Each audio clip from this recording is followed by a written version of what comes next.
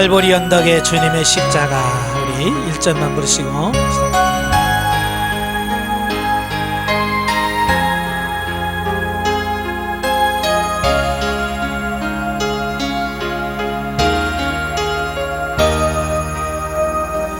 갈보리 언덕에 주님의 십자가, 그 피로 내 죄를 깨끗하게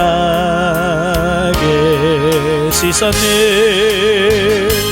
아, 생명의 꽃 피었네, 열매 맺었네. 나는 다시 태어났네, 그 이름 생명 나무라. 아멘.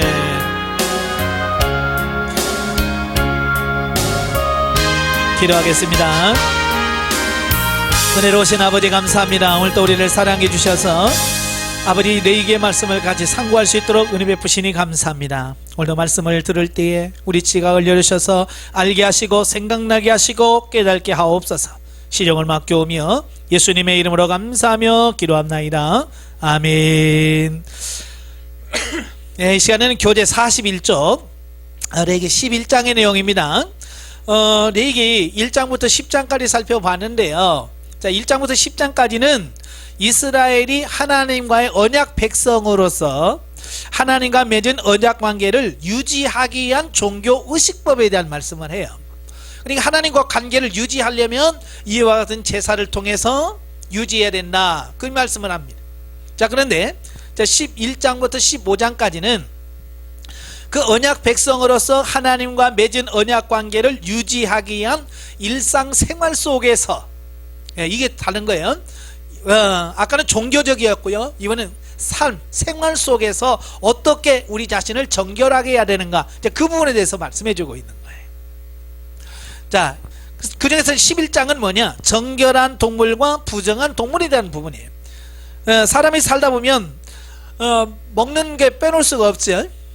먹는 게 중요하죠. 바로 이 먹는 부분을 어떻게 관리할 거냐, 먹는 걸 통해서 우리 자신을 어떻게 거룩하게 지킬 거냐, 이걸 말씀해 주고 있어요. 1절부터 8절까지 보면 정한 짐승과 부정한 짐승에 대한 말씀을 해요. 그래서 본장은 정한 것과 부정한 것에 관한 규례를 다루고 있는데 그중 본문은 육축에 관한 규례이다. 여기서 정한 짐승으로 규정된 것은 발의 굽이 갈라져야 할 뿐만 아니라 되새김질을 하는 두 가지 조건을 모두 만족하는 것이야만 했다, 그 말입니다.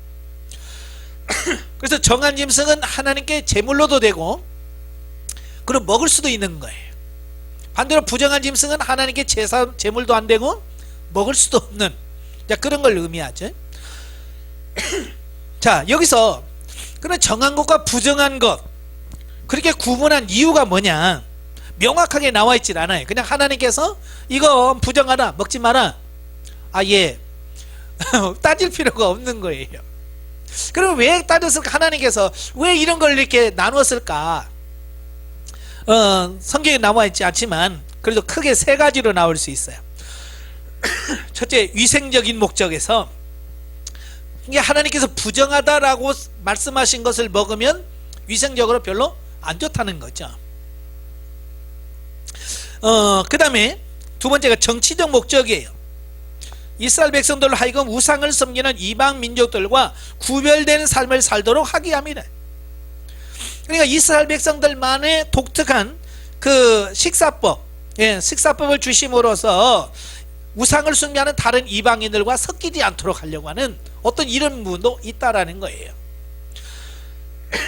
그러니까 먹는 게 같으면 어떻게 하겠어요? 같이 그 자리에 참석하겠죠. 먹는 게 다르면 안 섞이죠. 쉽게 이런 거예요. 회사에서 회식할 때 보면 그렇잖아요. 보통 보면 술 먹는 팀, 안 먹는 팀 이렇게 나눠지잖아요. 그죠? 마찬가지예요. 그 음식이 다르기 때문에 먹는 팀, 안 먹는 팀. 어떤 팀은 뭐 매운 것 좋아하는 팀, 안 매운 것 좋아하는 팀 이렇게 나누잖아요. 마찬가지로 음식이 다르면 섞이지 않는 거예요. 그래서 이런 정치적인 목적도 그 안에 있다라고 하는 거예요. 그 다음에 세 번째가 종교적인 목적이죠. 이제 종교적인 목적은 정과 부정으로 구분된 짐승들은 고대 근동에서 각각 덕과 악을 상징으로 여겼던 것으로서 이러한 구분은 신학적 의미와 교훈을 내포한다 그랬어. 아무튼 본문의 규례는 궁극적으로 하나님 백성들의 덕과 순결함과 거룩함을 배양하기 위한 것으로서 신약 복음을 바라보는 영적인 준비를 하신 것이다. 따라서 오늘날 성도들 역시 영적으로 부정한 것을 가까이에서는 안 된다. 하나님은 당신이 거룩한 것 같이 우리들 또한 거룩하기를 원하신다. 특별히 성도라고 하는 말은 거룩한 백성이란 말이죠. 그래서 우리는 부정한 것을 분별할 줄 아는 거룩한 백성으로 흠도 점도 없이 순결하고 성결한 삶을 살아야 된다는 것을 우리에게 가르쳐주고 있어요. 그래서 우리는 구별된 사람이잖아요. 세상과 구별된 사람으로서 삶을 살아야 된다. 그걸 말씀해주고 있어요. 자, 9절부터 12절까지는 이제 어류, 이제 물고기를 정한 것과 부정한 것을 나누죠. 그래서 정한 물고기는 뭐냐? 지느러미와 비늘이 있어야 된다는 두 가지를 갖죠. 육축에는 두 가지라고 그랬죠.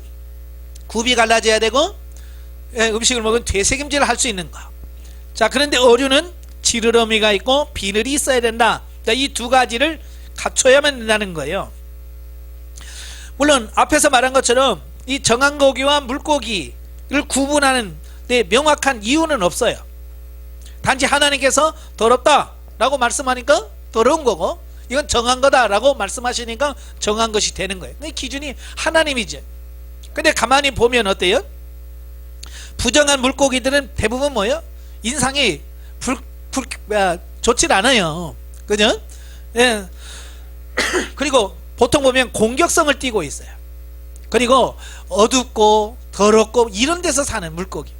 그러니까 비늘이 있고 지느러미가 있는 물고기들은 보통 보면 깨끗하고 정결한 어떤 이런 곳에 사는 그런 특징들을 가지고 있다라고 이렇게 보면 되겠어요. 자, 그러면서도 물고기에 대해서는 육축과는 달리 크게 제한을 두지 않았다는 거예요. 그것은 물고기가 근동 지방의 사람들에게 매우 맛있는 주식으로 여겨졌기 때문일 가능성이 크다는 거예요.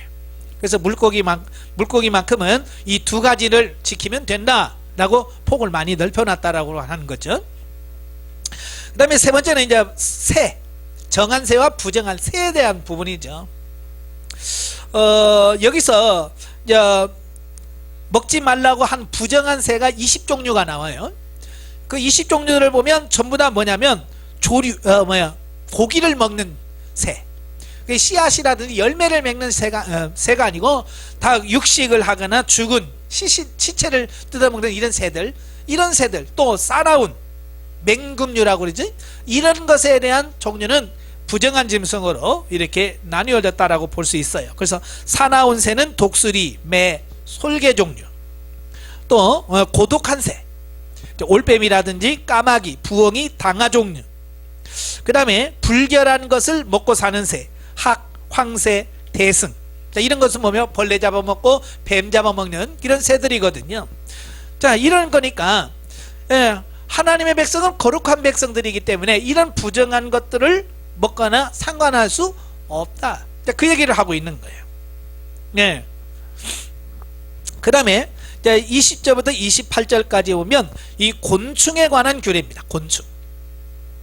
뭐 우리는 어렸을 때 그 메뚜기 구워 먹고 그 방앗개비 구워 먹고 이제 그 정도였지. 그래서 성경에서도 이 곤충 중에서 먹을 것과 부정한 것을 이렇게 말씀해주고 있는데요. 자, 곤충류에서는 두 가지, 여기도 두 가지예요. 첫째가 뭐냐? 날개가 있어야 된다. 날개가 있고요. 다리는 4개. 그 뛰는 다리가 또 2개가 있어야 돼요. 그러니까 다리가 6개야 돼요. 6개는 뭐냐? 4개는 땅을 짚고 있는 다리고 2개는 뛸 수 있는 거. 이걸 갖춰야만 된다. 그렇죠? 이게 갖춰진 게 메뚜기, 배짱이, 귀뚜라미, 팥종이 뭐 이런 거 되어 있어요. 여기서도 명확한 왜 그렇게 구분했냐 이유 없어요. 그냥 하나님께서 그렇다고 하니까 그냥 그런 거예요.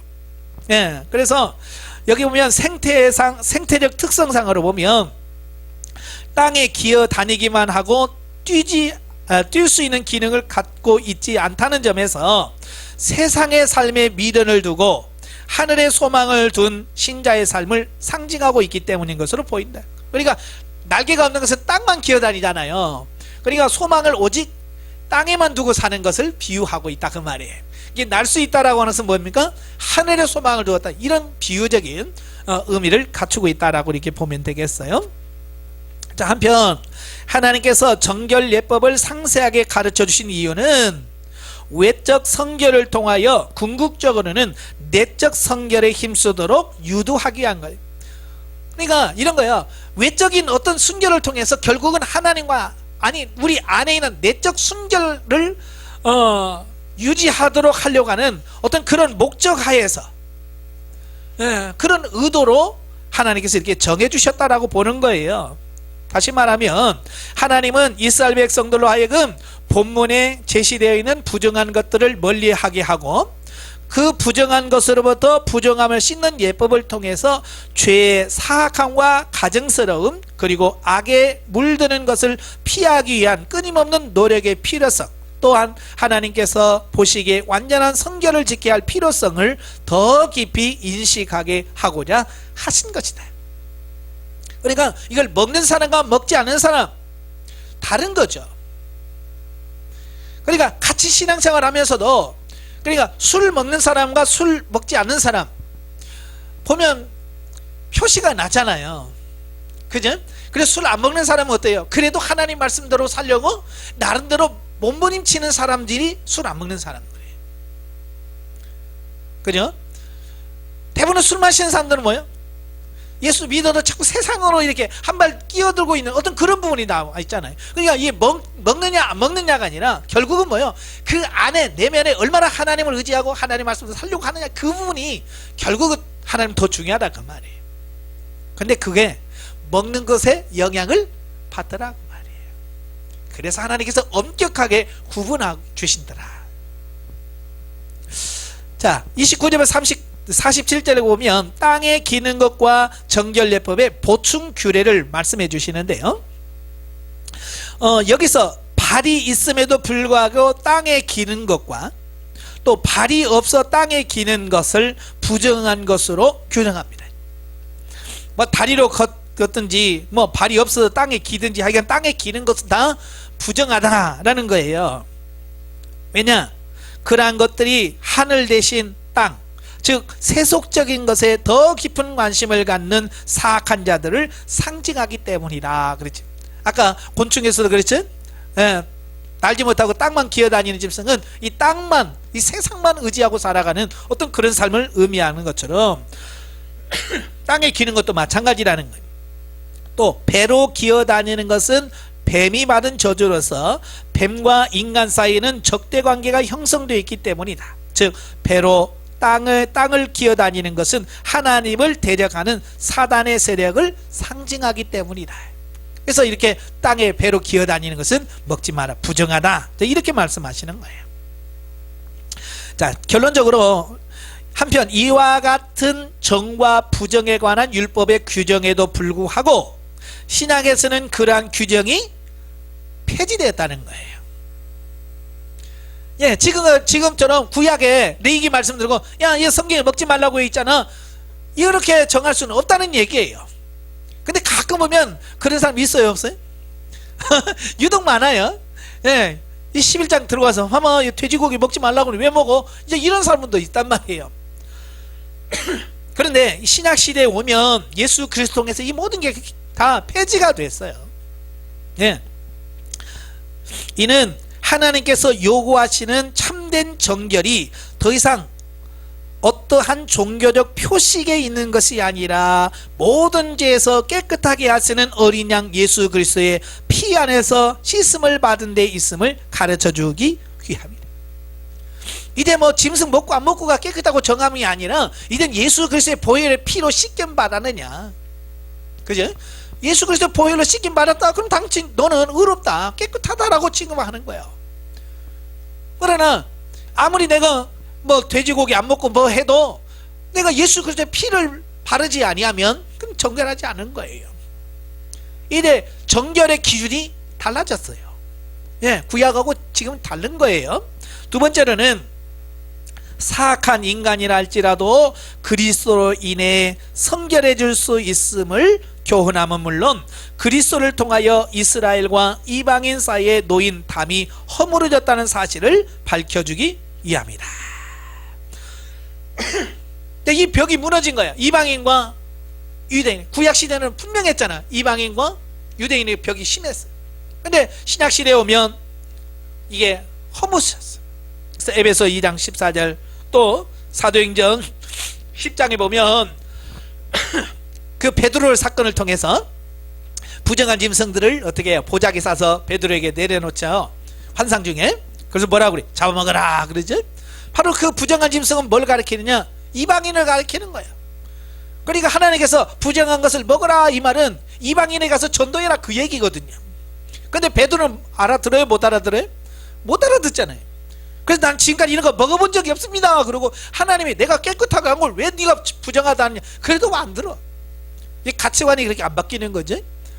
나중에서 알죠. 아, 그 말이 부정한 짐승을 먹으라는 얘기가 아니고 이방인에 가서 복음을 전하는 얘기구나, 이거로 깨닫게 되어지는 거예요.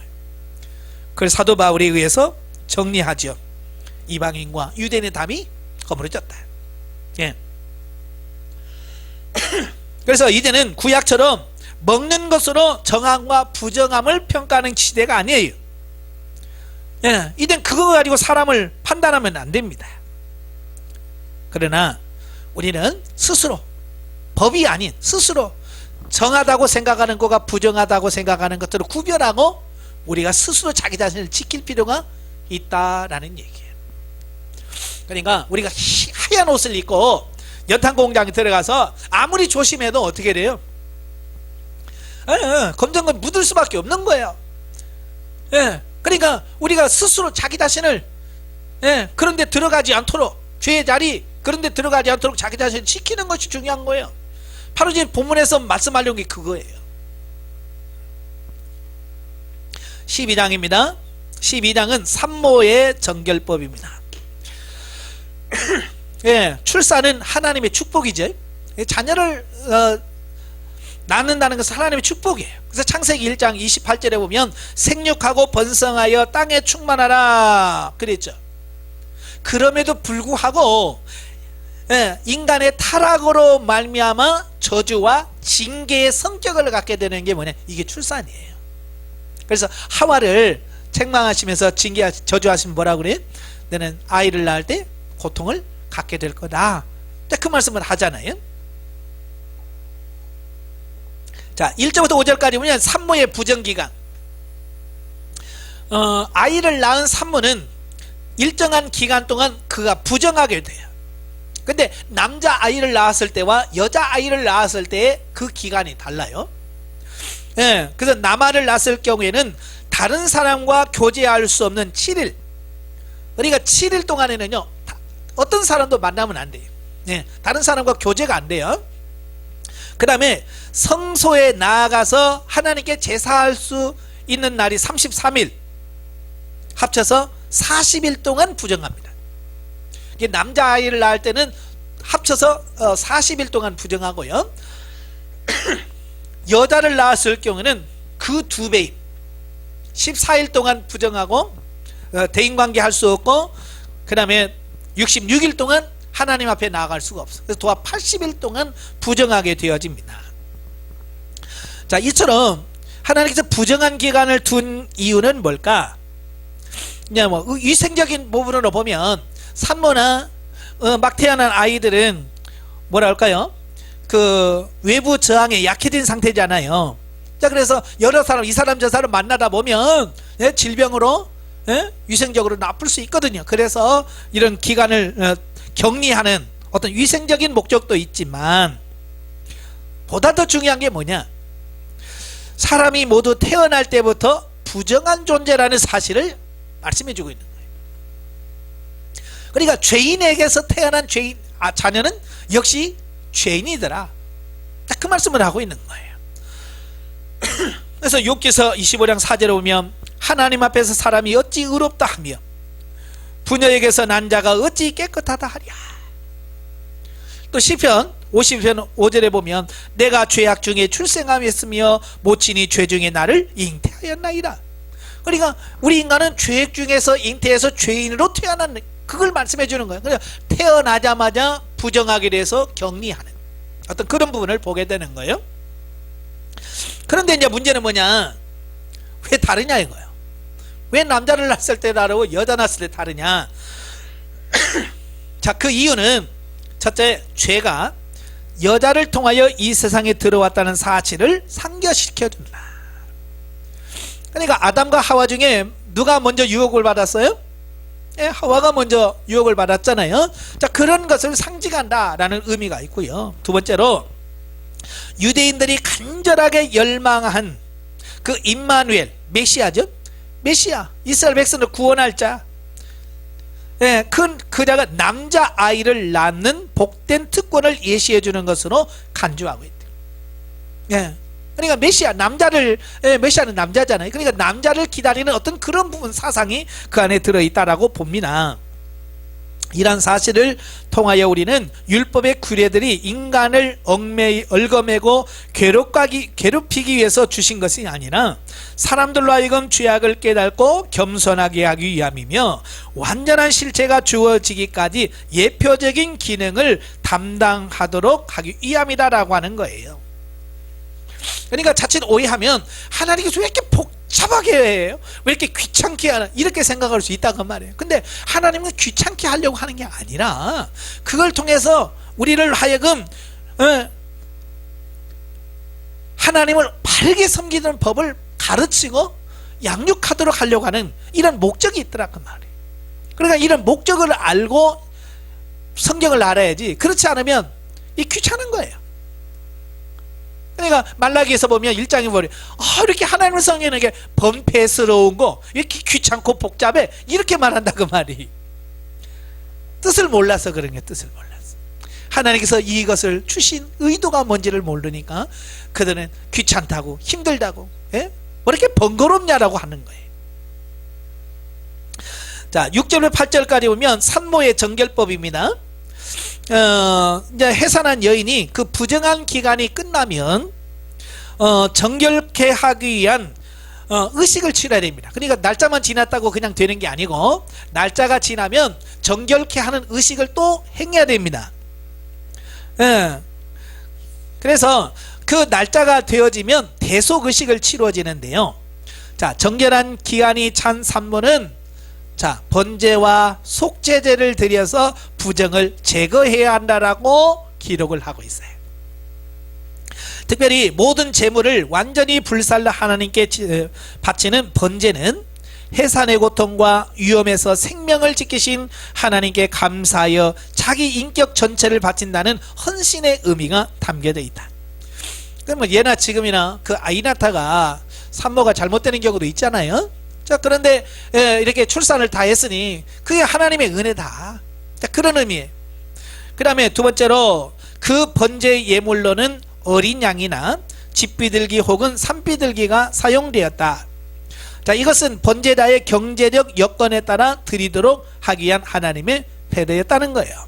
그래서 좀 돈 있고 좀 여유 있으면 양으로 하나님께 번제 예물을 드리고, 그렇지 않을 경우에는 비둘기라도 하나님께 번제를 드리도록 되어 있고요. 자, 그런데 정결의식에서 반드시 필요한 속죄제에는 빈부의 격차에 관계없이 동일하게 산비둘기나 집비둘기를 사용하게 되었다. 예, 번제는 제물에 따라서 양을 드릴 수도 있고 비둘기를 드릴 수 있는데 이 속죄제만큼은 돈 있거나 없거나 따지지 말고 비둘기로 통일했다 그 말이에요. 이는 감사 예물에는 비록 그 형편에 따라 차이가 있을 수 있지만 속죄를 위한 대속의 제물에는 차별이 있을 수 없다는 것을 보여주는 거예요. 그죠? 뭐 돈 있다고 해서 뭐 크게 해야 되나? 아니죠. 돈이 있든 없든 구원받는 것은 오직 예수 그리스도의 보혈의 피, 그거 외에는 더 이상 없어요. 그래서 동일하다라고 하는 거예요. 네, 그래서 이것은 마찬가지로 죄인이 속죄함을 얻기 위해서는 반드시 예수 그리스도의 보혈이 필요한 것이다. 따라서 정결 의식에 관한 규례는 예수 그리스도의 중보 사역을 예표한 것이다. 자, 영적에 보면 자, 여기서 출산한 여인이 부정하다라고 말씀하고 정상적인 부부관계 역시 하나님 앞에서 부정하다고 하였는데, 자, 이것은 하나님 앞에서는 인간의 모든 삶이 다 죄악이라고 하는 것을 말씀하는 거예요. 그래서 중세 수도사들 중에는 숨 쉬는 것 자체가 죄다. 그러니까 어떻게 보냐면 우리 육신 있잖아요. 육신을 죄통으로 보면 죄통, 죄를 만드는 공장. 그러니까 공기가 내 안에 들어갔잖아요.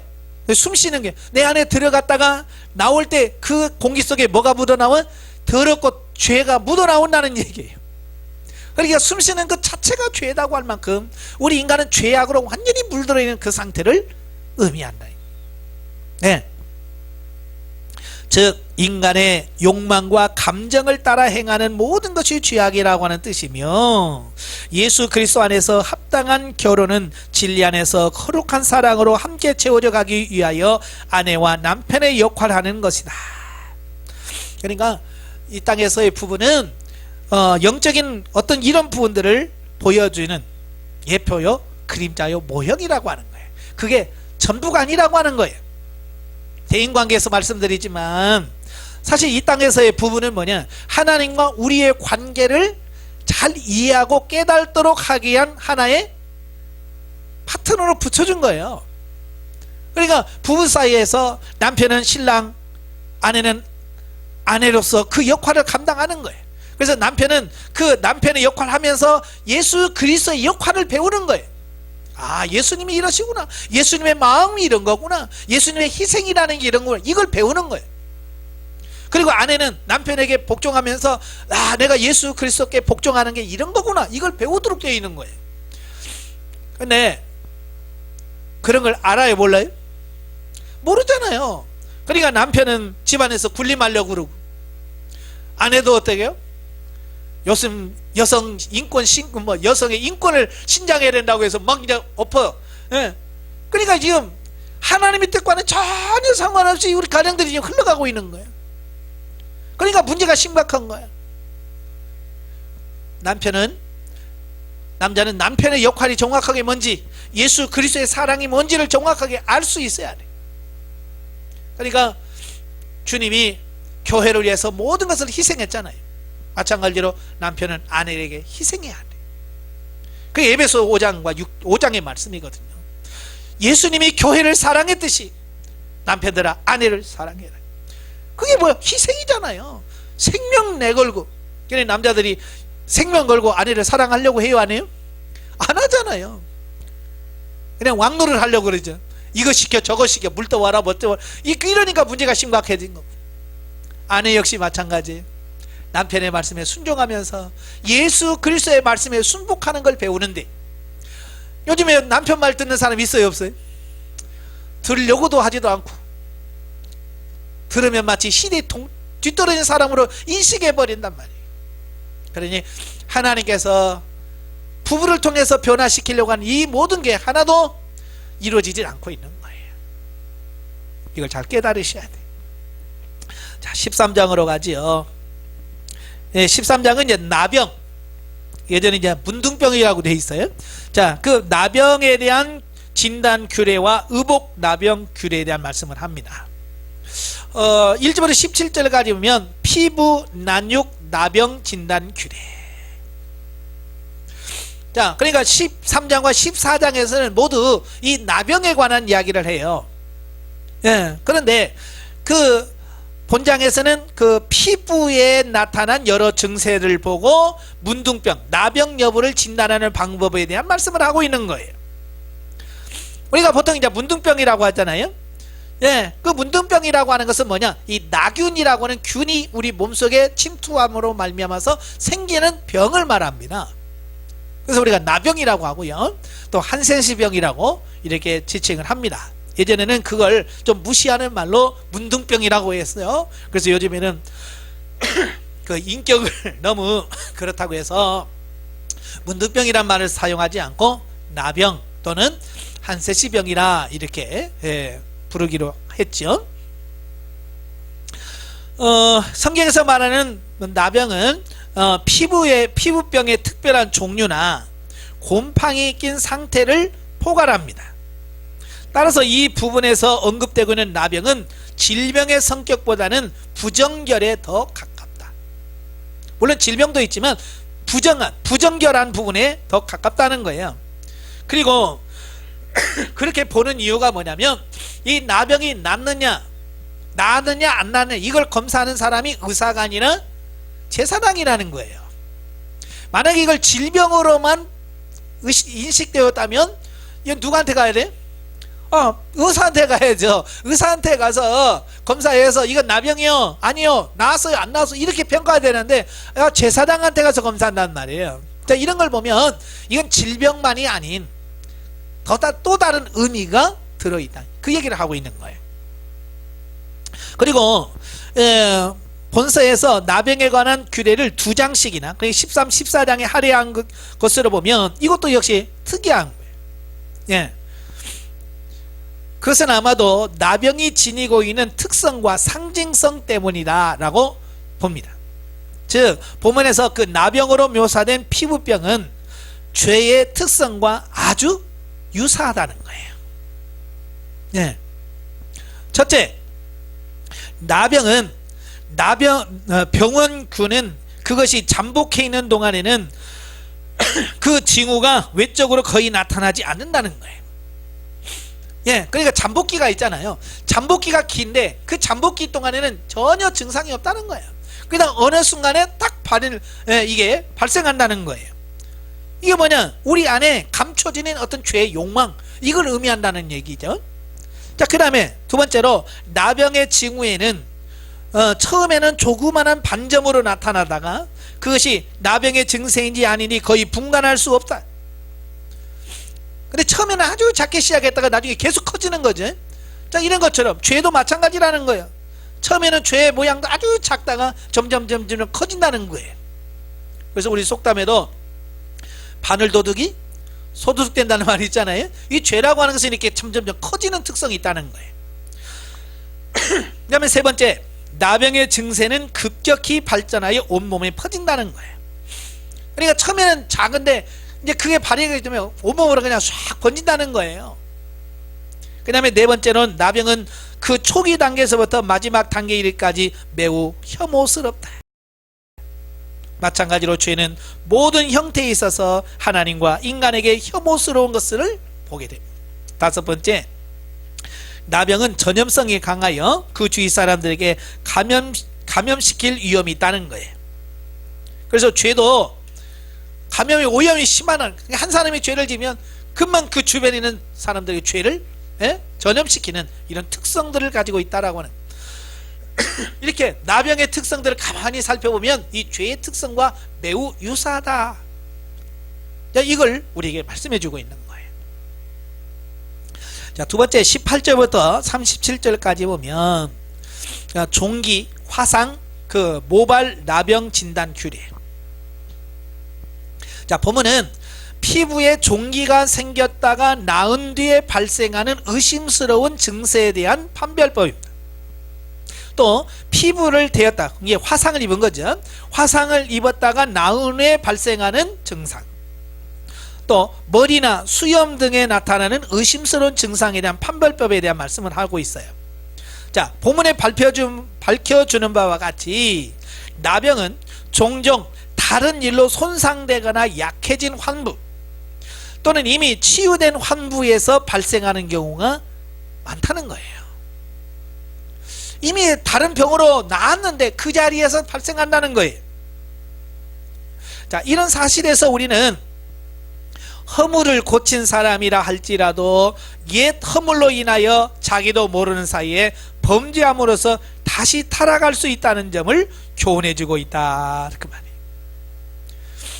그러니까 한번 병에 걸렸던 사람은 나아서도 다시 걸릴 확률이 높죠. 예. 죄도 마찬가지는 죄를 지었던 사람이 회개했지만 지어본 사람은 또 금방 갈 수 있는 거예요. 그러니까 처음부터 담배 안 핀 사람은 담배 유혹을 잘 이깁니다. 왜? 처음부터 안 해봤기 때문에. 그런데 담배를 폈다가 끊은 사람은요, 그 맛을 알잖아요. 그죠? 맛을 아니까 옆에서 한 대 펴. 그러면 그럴까? 쉽게 유혹될 수 있다는 말이에요. 그러니까 이 죄라고 하는 것은 한번 끊었다고 해서 안심할 게 안 된다. 그것을 통해서 또 죄에 오염될 수 있다는 것을 우리에게 가르쳐 준다, 그 말이에요. 그런즉 우리는 유혹의 욕심을 따라 썩어져가는 구습을 쫓는 옛사람을 완전히 벗어버리고 새 사람을 입어야 할 것이다. 예, 완전히 새로워져야지. 옛 모습 그대로 갖고 있으면 다시 이 옛사람이 다시 죄성으로 인해서 우리를 죄에 빠지게 만든다, 그 말씀을 하는 거예요. 자, 그 다음에 이제 38절부터 46절까지 보면 어루러기, 또 대머리 나병 진단에 대한 조치입니다. 이 어루러기라고 하는 것도 이 곰팡이균에 의해서 생기는 그 피부병이라고 그래요. 그러니까 나병에 관한 규례 가운데 나병과 혼돈해서는 안 되는 어루러기와 그 대머리에 발생하는 나병 판별법, 그리고 나병 환자로 판정된 자가 지켜야 할 규례에 관한 말씀입니다. 그러니까 나병 환자로 판정이 되잖아요. 어떤 질병이 생겼어요. 그래서 제사장에 갔더니 이건 나병이다 라고 말하면 바로 이 사람은 이런 행동을 해야 돼요. 첫째, 자기 옷을 찢습니다. 머리를 찢고 머리를 풀어요. 자, 여기서 이제 중요한 것은 뭐냐, 나병 그 자체는 죄가 아니지만 하나님의 진노를 받았다는 슬픈 증거요 고통스러운 일이었다. 그래서 옷을 찢고 머리를 푸는 것은 바로 죽음을 상징한다. 그러니까 장례식에 부모님이 돌아가시거나 그러면 내가 슬퍼요 라는 그 의미를 하기 위해서 자기 옷을 찢고 머리를 풀어요. 자, 우리나라에는 옛날에는 머리 풀고 뭐 삼배 뭐 두고 막 그랬잖아요. 그런 것처럼 슬픔에 대한 표시예요. 예. 애통한다, 내가 지금 애도 부끄럽다, 어떤 그런 의미로 옷을 찢고 머리를 푸는 행위를 통해서 나타내는 거죠. 그 다음에 두 번째가 스스로 부정하다라고 외쳐야 됩니다. 스스로 사람들 앞에서 부정하다 부정하다 외쳐야 돼. 자, 이건 뭘 말하냐면 정결한 자로 하여금 부정하게 되는 것을 방지하기 위함이에요. 이 나병 환자와 정한 사람이 접촉을 하게 되면 정한 사람이 어떻게 해요? 부정한 사람이 되는 거예요. 그래서 그걸 방지하기 위해서 그 정한 사람이 자기로 인하여 죄를 오염되는 것을 막기 위해서 사람들이 접근하면 부정하다 부정하다 입술을 가리고 부정하다 부정하다 해야 돼. 만약에 그렇지 않다가 발각이 되어지면 돌에 맞아 죽을 수도 있어요. 예. 그래서 이건 뭐냐, 우리는 하나님 앞에나 인간 앞에서 다 죄인이다라는 사실을 우리가 인정하고 고백해야 된다, 그 말씀을 하고 있는 거예요. 나는 죄인입니다, 나는 죄인입니다, 그 얘기와 같은 거예요. 율법은 육적 나병 환자에게 스스로 정지하도록 했지만 복음은 영적 치유 불능 상태에 있었던 자들에게 구원과 기쁨을 찬송하게 만듭니다. 예. 이게 달라요. 자, 세 번째, 진 밖으로 추방됩니다. 그러니까 문득병 환자로 딱 진단이 나면 진 밖으로 나가야, 동네 밖으로 나가야 돼요. 그래서 나병 환자는 다른 사람과 격리돼야 되기 때문에 도성 밖으로 추방되는 것이 일반적인 관례였다.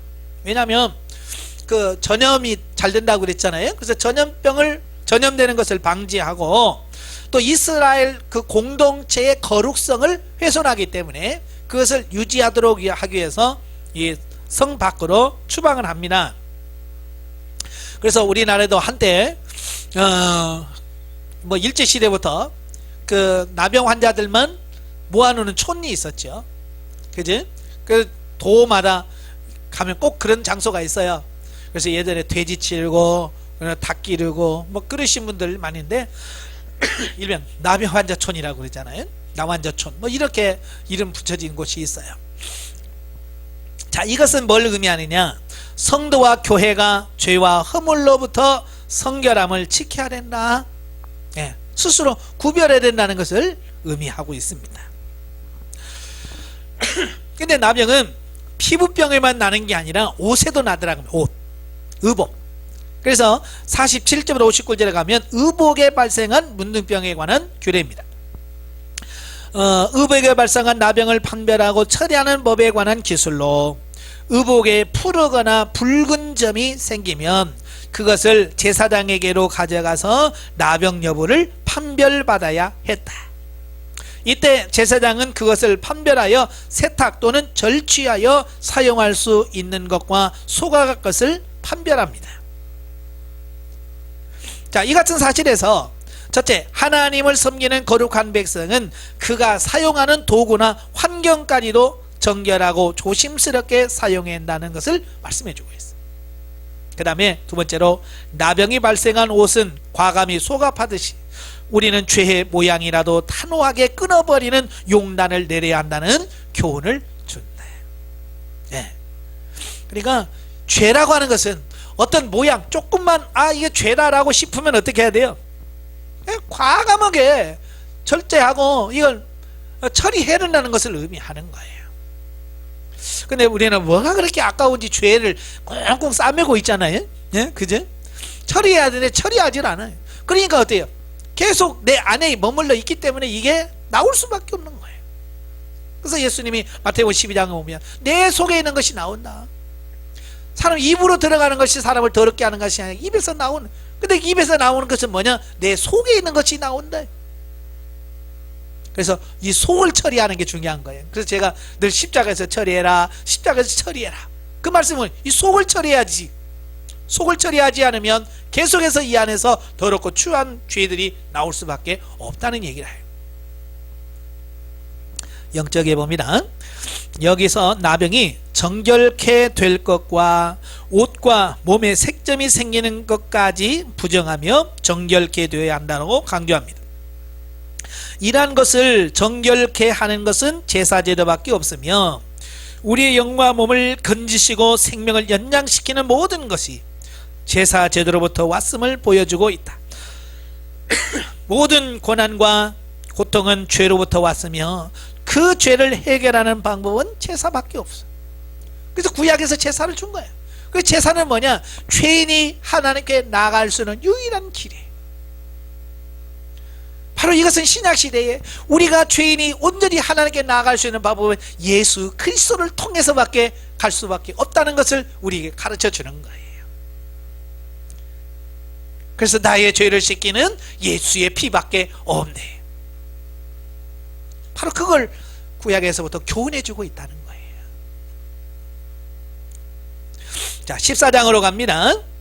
14장은 나병 환자의 정결 예식 규례와 가옥 나병 규례를 말합니다. 1절부터 9절 나병 환자의 정결 의식. 보통은 나병은 치유가 안 되는 병으로 알고 있습니다만은 아니에요. 치유가 됩니다. 예, 지금은 의학이 많이 발달돼서 약 먹고 하면 완전히 치유가 될 수 있어요. 그때도 마찬가지예요. 치료가 잘 안 되는 건 사실이에요. 예, 치료하기 정말 어려운 것이 나병이긴 하지만 구약시대도 분명히 치유가 있어요. 나타났어요. 예, 그래서 그 병에서 치유가 되면 어떻게 하느냐? 그가 다시 공동체 안으로 들어왔을 때 어떤 절차를 거쳐서 들어올 거냐? 여기까지도 말씀해 주고 있어요. 만약에 치료가 안 된다면 이거 필요 없죠. 그죠? 자, 이건 뭘 의미합니까? 오늘도 우리가 죄를 짓고 하나님께 회개하고 돌아오잖아요. 돌아올 때 어떻게 하나님께 나아갈 거냐, 이제 그걸 가르쳐 주고 있는 거예요. 이것이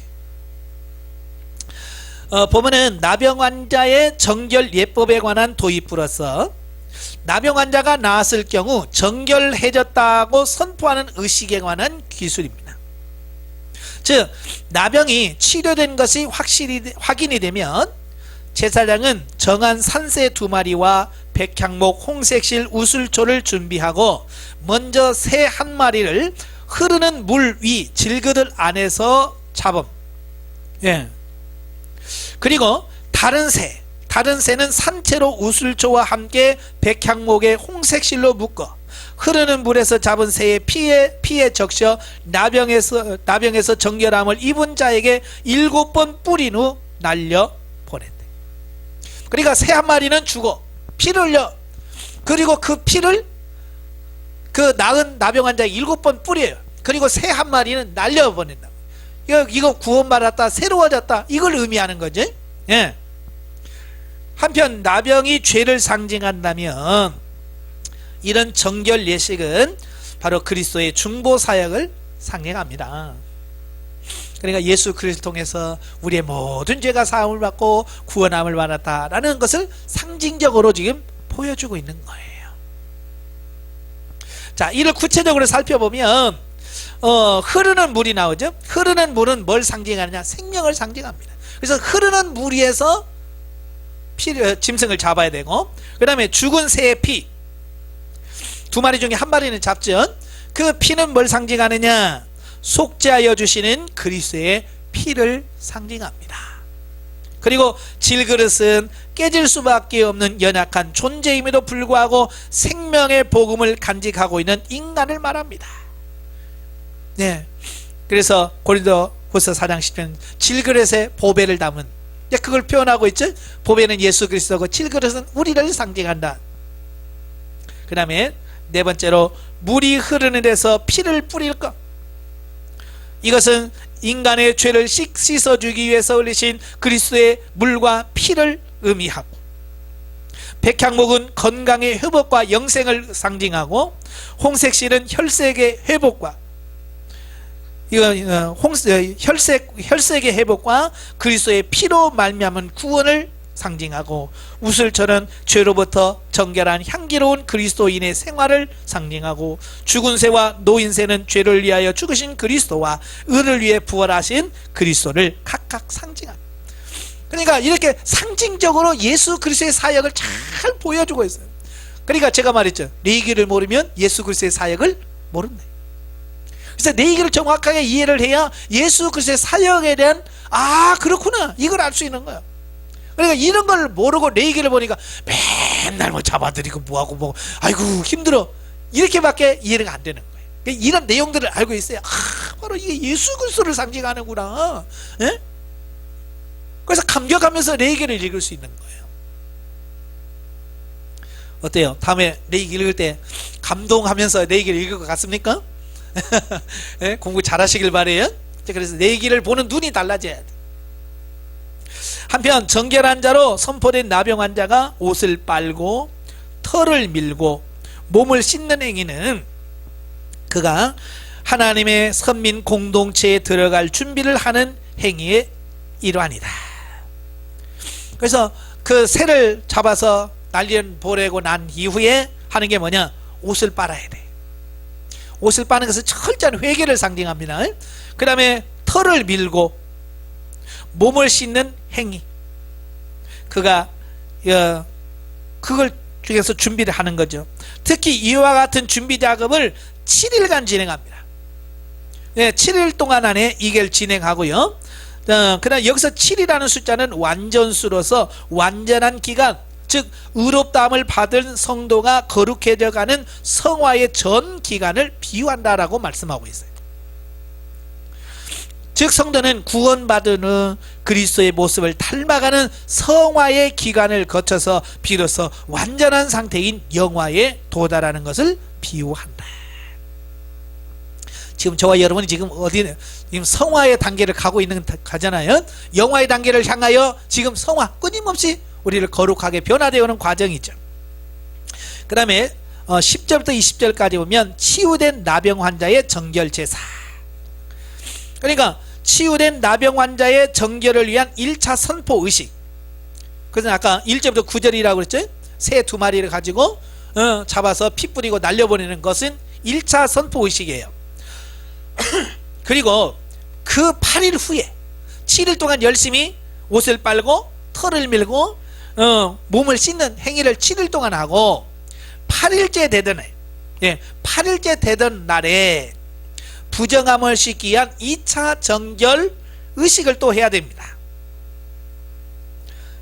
그러니까 정결하다는 인정을 받은 나병 환자는 8일 후에 자신의 부정을 씻기 위하여 어린 순양 하나를 취하고 기름 한 녹과 함께 속건제로 드리고 순양 하나와 암양 하나 그리고 에바 10분의 3의 기름 섞은 소제물 각각 속죄제와 번제와 소제를 드려야만 했다. 그러니까 그냥 나았다 너 깨끗하게 됐다 그게 아니라 정상적으로 완전히 회복하려면 이런 절차들을 거쳐서 공동체 안에 들어올 수 있다고 하는 것을 말씀해 주고 있는 거예요. 오늘날도 교회도 마찬가지죠. 나 오늘부터 교회 다닐래요. 그럼 어떻게 해야 돼요? 우리 한국에서는 6개월 동안에 6개월 동안 신앙생활 하다 다음에 학습을 받죠. 6개월 지나서 학습을 받아요. 그리고 또 6개월 지나서 1년이 되면 세례를 받고.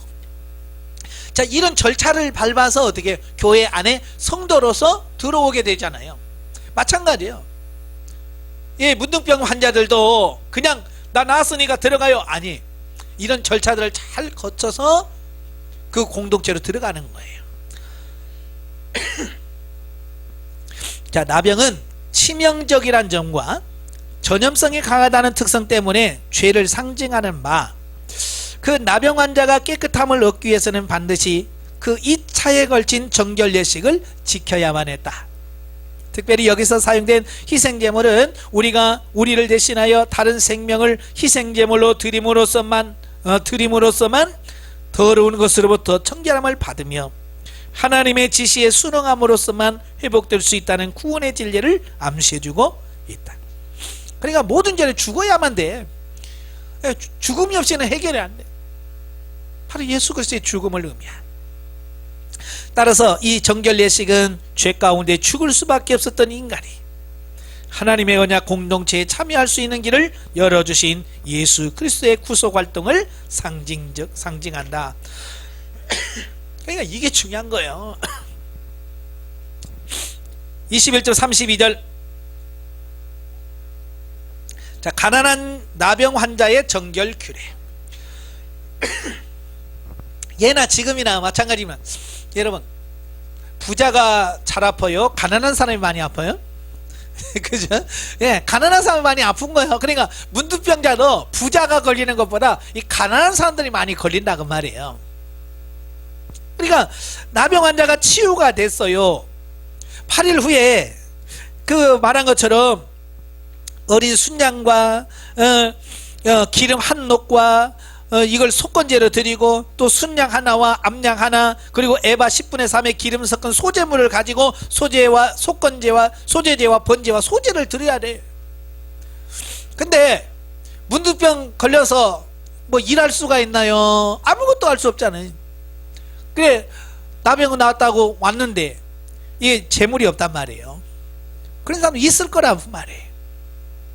그런 가난한 사람들은 어떻게 할 거냐?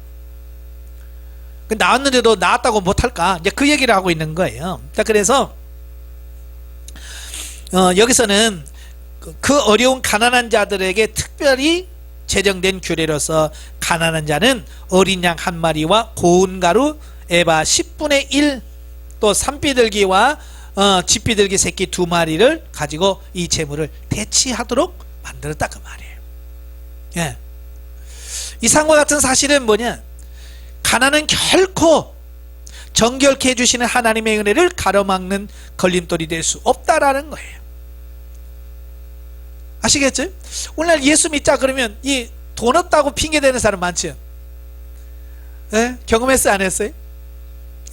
교회 갑시다. 아이고, 교회도 돈 갖고 가야지, 돈 없이 가니까 막 무시하더라, 이런 사람들 많아요.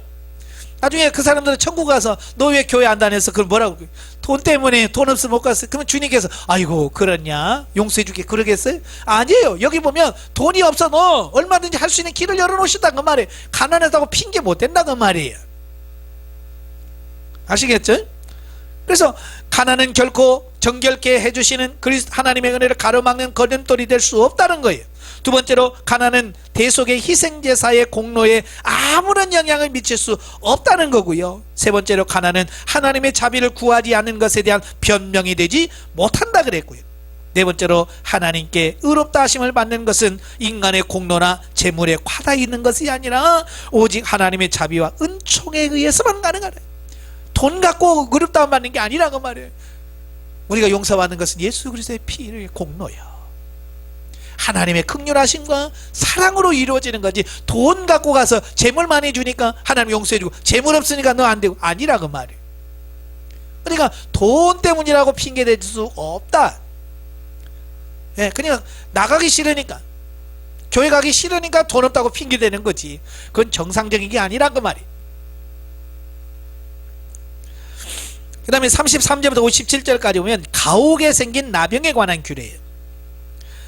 그러니까 사람도 나병이 걸리죠. 아까 의복에도 나병이 걸리죠. 사람이 사는 집에도 나병이 있다는 거예요.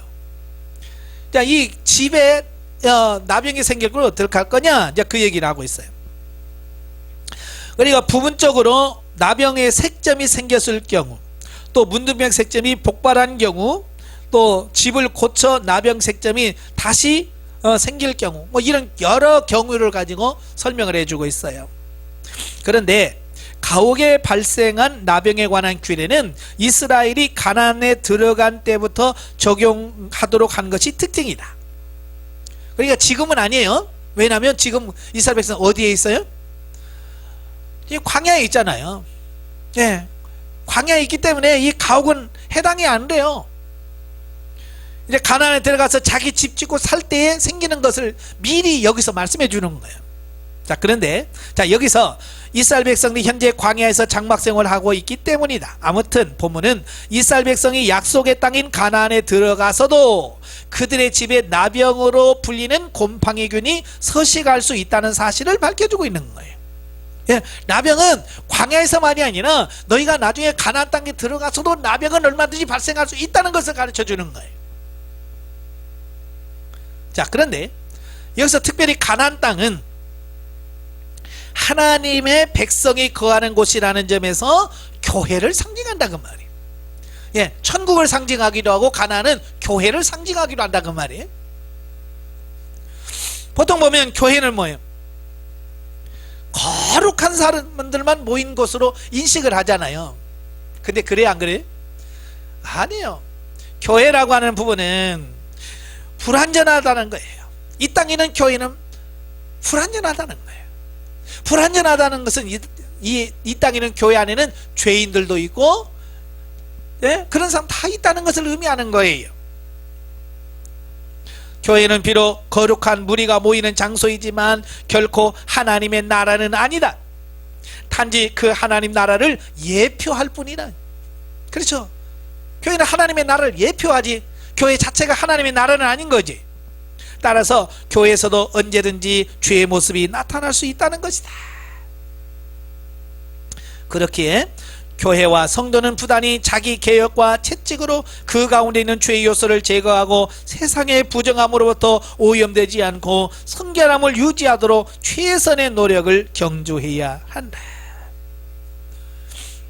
그러니까 봐라, 성경에 교회도 더러워질 수 있잖아. 죄 있다고 하잖아. 그러니까 그냥 살아. 그러란 말이 아니에요. 죄도, 교회도 오염될 수 있다는 거예요. 죄로. 그렇기 때문에 우리가 깨어서 정신을 바짝 차리라 그 말이에요. 에? 포기하고 에이 몰라 그냥 어차피 하다가 그냥 가지 뭐, 그런 말이 아니란 얘기죠. 정확하게 이해하셔야 돼요. 그러니까 이 교회를 부정해도 안 되고 또 교회가 완전하다고 해도 안 돼. 여기는 불완전한 존재들이 모여있어, 이 땅에 있는 교회는. 그래서 저와 여러분들이 이 땅에 있는 교회 안에서 빛과 소금의 사역을 감당하도록 우리가 최선을 다하 거룩을 유지하도록 노력하셔야 돼요. 자, 15장입니다. 15장은 남녀의 그 유철병에서의 정결법입니다. 1절부터 15절까지면 남자의 유출병에 관한 규례. 자, 유출병은 남자와 여성으로 이렇게 구분이 되어집니다. 남자의 성기에서 발생하는 유출병에 관한 규례로 유출병을 앓는 자는 부정한 자로 여겨졌을 뿐만 아니라 그와 접촉하는 모든 것도 부정한 것으로 여겨졌다라고 하는 거예요. 유출병이라고 하는 것은 우리 몸 안에서 뭔가가 빠져나오는 걸 말해요. 근데 여기서 말하는 유출병은 그 성기를 통해서 분출되는 어떤 이런 부분을 말하지. 그리고 유출병이 나은 자도 7일 동안 옷을 빨고 물에 몸을 씻으며 제8일에는 산비둘기 둘이나 쥐비둘기 새끼 2마리를 취하여 그를 위하여 속죄제와 번제를 드려야 했다. 그러니까 나병 환자가 낫고 나서 들어갈 때 절차를 거쳤던 것처럼 이 유출병을 앓았던 사람도 역시 치유가 되었을 때는 이와 같은 절차를 거치고 나서 공동체 안에 들어가야 된다. 이걸 말씀해 주고 있어요. 자, 여기서 유출이라고 하면 성기가 허약해져서 피나 정액이 무의식적으로 흘러나오는 질병을 말합니다. 예, 그럼에도 불구하고 보면은 그것을 종교적 부정으로 간주하고 있어요. 아니, 병인데 왜 그걸 부정하다고 할까? 의미가 있어요. 첫째는 뭐냐? 남자의 성기에서 발생하는 유출은 일반적으로 방탕하고 부정한 성생활에서 기인한 것으로 이와 같은 것은 하나님 앞에 용납될 수도 없고 불결함을 면치 못하기 때문이다. 그러니까 남자의 이 유출병은 그냥 정상적인 부부관계에서 생기는 병이 아니라 그 말이에요. 성적 타락에서 오는 질병이래. 그러니까 하나님께서 그걸 죄악으로 취급한다 그 말이에요. 그러니까 이 성이라고 하는 거, 성이라고 하는 것은 하나님께서 우리 인간에게 주신 축복이에요.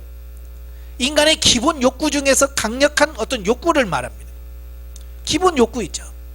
그러나 그걸 잘 사용하면 선물이지만 잘못 사용하면 이건 죄가 되고 우리로 하여금 영원히 심판받게 만드는 그게 돼야죠.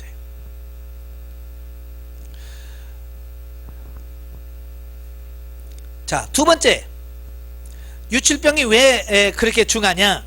유출병이 육체 내에서 분비된다는 점에서 볼 때 이것은 사람들의 마음에서 넘쳐 흐르는 음란과 미움과 교만과 탐심 등을 비유한 것으로 타락하고 부패한 인간의 본성을 상징하기 때문이다. 아까 말씀드렸죠. 우리 몸을 죄공장 또는 죄통이라고 그랬죠. 그러니까 여기서 나오는 게 다 뭐예요? 죄죠. 그러니까 우리 인간의 몸에서 나온 것은 다 죄예요. 그래서 이 침도 마찬가지예요. 이 침도 내 몸 안에 있을 때는 참 유익하고 좋은 거지만 이게 침이 밖으로 나오면 이건 비위생적이 되는 거예요. 그래서 몸 밖으로 나오는 것은 다 뭐예요? 부정한 것이 된다는 말이에요. 그런 의미에서 이 유출병도 부정한 것에 부정한 것이다. 그걸 말씀해 주고 있는 거예요. 한편 본문은 그 유출병자가 접촉하는 것을 모두 부정한 것으로 규정하고 있는데 이는 죄가 비록 은밀하다 할지라도 접촉하는 것을 쉽게 오염시키며 그 자체를 변질시키기 때문이다. 그래서 이 유출병 환자가 다른 사람을 만지면 만짐을 받은 그 사람도 부정하게 돼요. 근데 이 사람이 어떤 물건을 만지면 만지는 그것도 부정하게 돼요. 근데 부정하게 만든 그 그릇을 다른 사람이 만지면 또 부정해. 예. 이게 부정이라고 해서 계속 이렇게 옮겨가게 돼 있어요. 그 죄의 오염에 대한 부분을 말씀해 주는 거거든요. 따라서 우리는 항상 죄를 경계해야 하며 죄는 그 모양이라도 버리고 폐역한 세대에서 자신을 구하기 위해서 타락한 자와의 교제를 멀리 해야 한다. 그러니까 유출병 있는 사람 옆에 가면 안 돼. 타락하고 죄 짓는 사람 옆에 가면 안 되는 거예요. 아까도 말했죠. 연탄 공장 옆에 가까이 가면서 하얀 옷이 더럽혀지지 않기를 바라는 것은 안 되는 거예요. 멀어져야죠. 우리가 죄 지을 장소를 찾아가면서 죄 안 지려고 하면 묻어올 수밖에 없는 거예요. 오염될 수밖에 없는 거예요. 죄의 장소에서 멀어져야죠. 그렇지 않습니까? 그래서 우리는 죄와는 멀어져야 돼요. 예, 죄는 멀어져야지. 그걸 가르치는 거예요. 그 다음에 16절부터 18절까지 오면 이 설정한 자에 관한 규례입니다. 자, 보면은 정상적인 남녀의 성관계에 관하여 발생하는 그 설정에 관한 규례입니다. 설정한 자는 전신을 물로 씻고 또한 그 정수가 묻은 의복까지 물에 빨아야 했으며 그날 저녁까지 부정했다. 자, 이게 무슨 말이냐면요, 정상적으로 하나님과 모든 증인 앞에서 약속하고 결혼해서 부부가 됐잖아요. 부부 간에는 자연스러운 성관계가 형성될 수 있죠. 자, 그런데 이 본문에서는 뭐냐면 이렇게 정상적인 부부 관계라고 할지라도 그 관계를 한 후에는 반드시 몸을 씻어야 되고 그 다음에 옷을 빨아야 되고 이런 정결의식을 거쳐야만 온전해질 수 있다. 이걸 말씀해 주고 있는 거예요. 정상적인 부분인데도. 자, 그런데 다른 부정은 뭐야? 재물을 바치고 해야 되잖아요. 근데 이 정상적인 부부에서는 재물을 드릴 필요는 없어요. 왜? 그건 하나님 앞에 죄가 안 된다. 예. 정상적인 부부는 이건 죄가 안 됩니다. 하나님 앞에서. 그래서 재물을 드릴 필요는 없어요. 예. 오히려 부부간의 성관계는 생육하고 번성하라는 하나님의 창조 목적에 의하여 세우신 제도예요. 그죠? 생육하고 번성하려면 부부가 되어야 되고 부부가 관계를 맺어야 후손들을 낳을 수 있는 거거든요. 자, 그럼에도 불구하고, 이게 중요해요. 그럼에도 불구하고 하나님께서 모든 것을 마련해 놓으시고 그렇게 하라고 명령했음에도 불구하고 설정이 부정한 것으로 여겨지는 것은 그것 자체가 죄라서가 아니라 인간의 타락 이후에 부패한 인간의 내부에서 나온 것이기 때문에 의식상 부정한 것으로 취급된 것이고, 아까도 말했죠. 이 부정한 몸에서 나온 모든 것이 다 부정하다. 어떤 것이라도 이 몸에서 나오면 부정한 거예요. 아시겠죠? 예, 바로 이제 그런 거예요. 이 부정한 몸에서 나온 모든 것이 다 부정하다. 또한 아담 이후 남녀의 그 성관계로 태어난 모든 인간은 원죄 영향으로 인하여 죄의 저주 아래 태어나는 비극을 겪고 있기 때문이다. 이처럼 율법은 하나님의 축복으로 여겨졌던 남녀의 성관계마저 부정한 것으로 규정함으로써 죄의 영향이 얼마나 심각한 것인지를 우리에게 지금 교훈해주고 있습니다. 저는 이 본문을 읽으면서 무슨 생각을 했냐면 이런 거예요. 야, 이렇게 하나님과 모든 사람 앞에서 정식적으로 부부가 돼서 부부가 관계를 맺어도 그게 하나님은 부정하다라고 얘기하고 몸을 씻고 옷을 빨고 정결하고 하루 종일 부정하니까 깨끗해져라 라고 말한다는 거예요. 정상적인 부부관계인데도 그렇다 그 말이에요. 그런데 정상적이지 않는 부부관계는 어떻게 하겠는 거예요? 아니, 정상적인 부부관계는 없죠. 예? 이건 불륜이죠. 이건 어떻게 할 거냐 이거예요. 정상적인 관계도 하나님은 부정하게 여기는데 정상적이지 않는 관계는 어떻다? 이건 하나님 앞에서 엄청난 큰 죄악이라는 말이에요. 음란은 큰 죄악이에요. 그래서 소돔과 고모라 성이 멸망한 그 큰 죄 중에 하나가 뭐예요? 이 음란이에요. 바로 이런 걸 의미하고 있는 거예요. 그러니까 이 시대를 정말로 음란한 세대라고 그러잖아요. 성적으로 얼마나 타락했는지, 성을 상품화하고. 여러분 매스컴을 보면 그래. 옛날에 이거 몸을 파는 여자들은 부끄러워서 그랬잖아요. 지금 가끔 보면 뉴스에 나오는 그런 여성들이 모여서 데모합니다. 자기들의 생존권을 보장해달라고. 지금 그런 시대가 되었어요. 죄를 죄로 여기지 않는 이 시대에 우리가 정신을 바짝 차려야지. 그렇지 않으면 이 세속의 물결에 휩쓸려서 우리도 범죄할 수 있다는 사실을 기억하시기를 바라요. 예. 우리가 정신을 바짝 차려야지. 그렇지 않으면 안 된다는 것을 말씀해 주려고 하는 거예요. 자, 그 다음에 이제 지금까지는 남성에 관한 부분이고요. 자, 19절부터 33절까지는 여인의 유출. 본문은 여인에게 있을 수 있는 유출에 관한 규례로 월경하는 여인의 부정과, 예, 생리적으로 어쩔 수 없죠. 정상적인 여성이라면 한 달에 한 번씩 하게 돼 있어요. 이게 정상적인 거예요. 그럼에도 불구하고 하나님은 뭐예요? 이것도 역시 부정하다라고 말한다는 거예요. 그 다음에 그 월경 중에 있는 여인과 동침하는 자의 부정. 그러니까 월경 중에 있는 여인과 관계를 맺는 그 자체도 역시 부정하다라고 말씀하고 있는 거예요. 그 다음에 혈류병을 앓는 여인의 부정과 그 정결 규례로 이렇게 구성이 되어 있어요. 자, 여기서 여성의 월경이 일반적인 생리 현상임에도 불구하고 부정한 것으로 규정한 것은, 네, 이거 뭐 내가 하고 싶어서 하는 게 아니잖아요. 그죠? 이건 하고 싶다고 하고 안 하고 싶다고 하는 생리적인 거예요. 어쩔 수 없이 생긴다 그 말이에요. 그럼에도 불구하고 하나님께서 부정하다라고 규정한 이유가 있을 거 아니에요. 첫째는 생리가 해산의 저주와 관련된 것이기 때문이라고 말이에요. 그러니까 하와가 범죄하고 하나님 앞에 저주를 받았잖아요. 그 저주받은 것과 연관이 되어 있다 그 말이에요.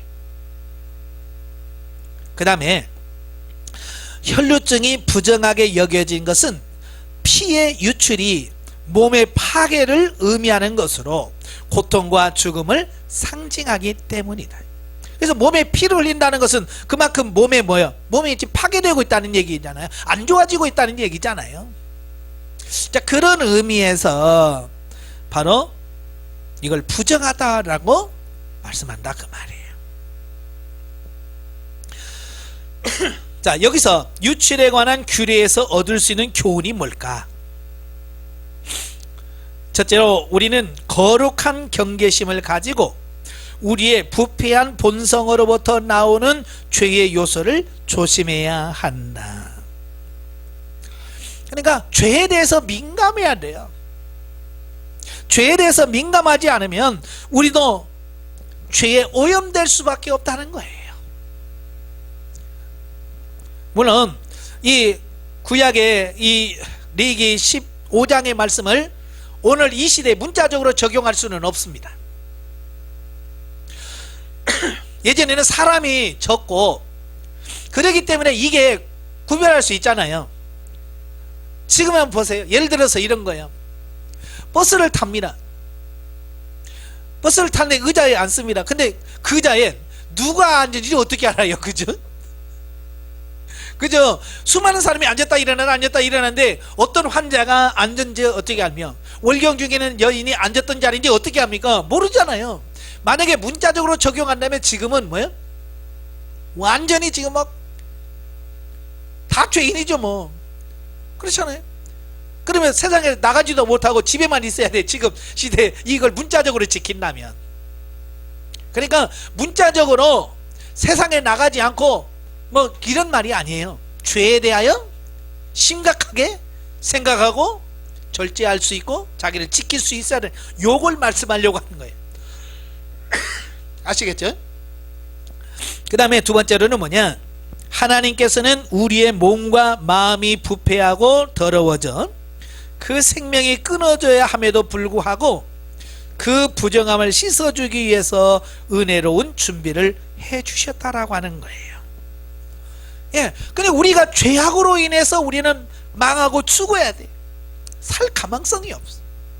근데 하나님께서 우리들에게 살 수 있는 길을 열어놓으셨다는 거예요. 이게 하나님의 은혜고 이게 하나님의 사랑이라는 거예요. 그게 뭐냐? 레위기 천반에 걸쳐서 지금 제사나 이런 제사를 정결 의식을 통해서 우리에게 보여주려고 하는 게 뭐냐면 바로 물과 피.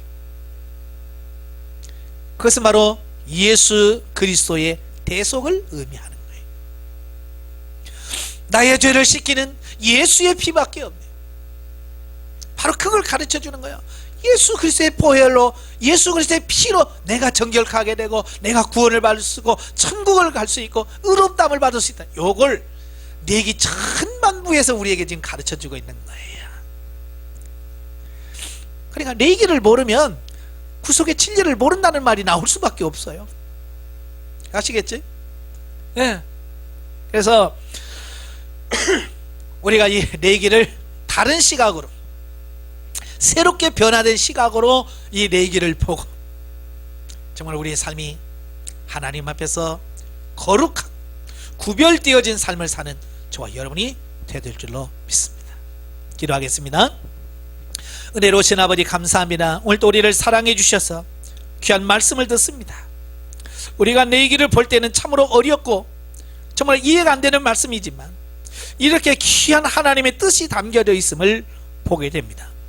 우리가 죄와 멀리하게 하시고 죄는 모양이라도 버리게 하시고 오직 예수 그리스도로 말미암아 구원받은 이 구원의 감격 속에서 살아가는 우리 자신들이 되어지게 하옵소서.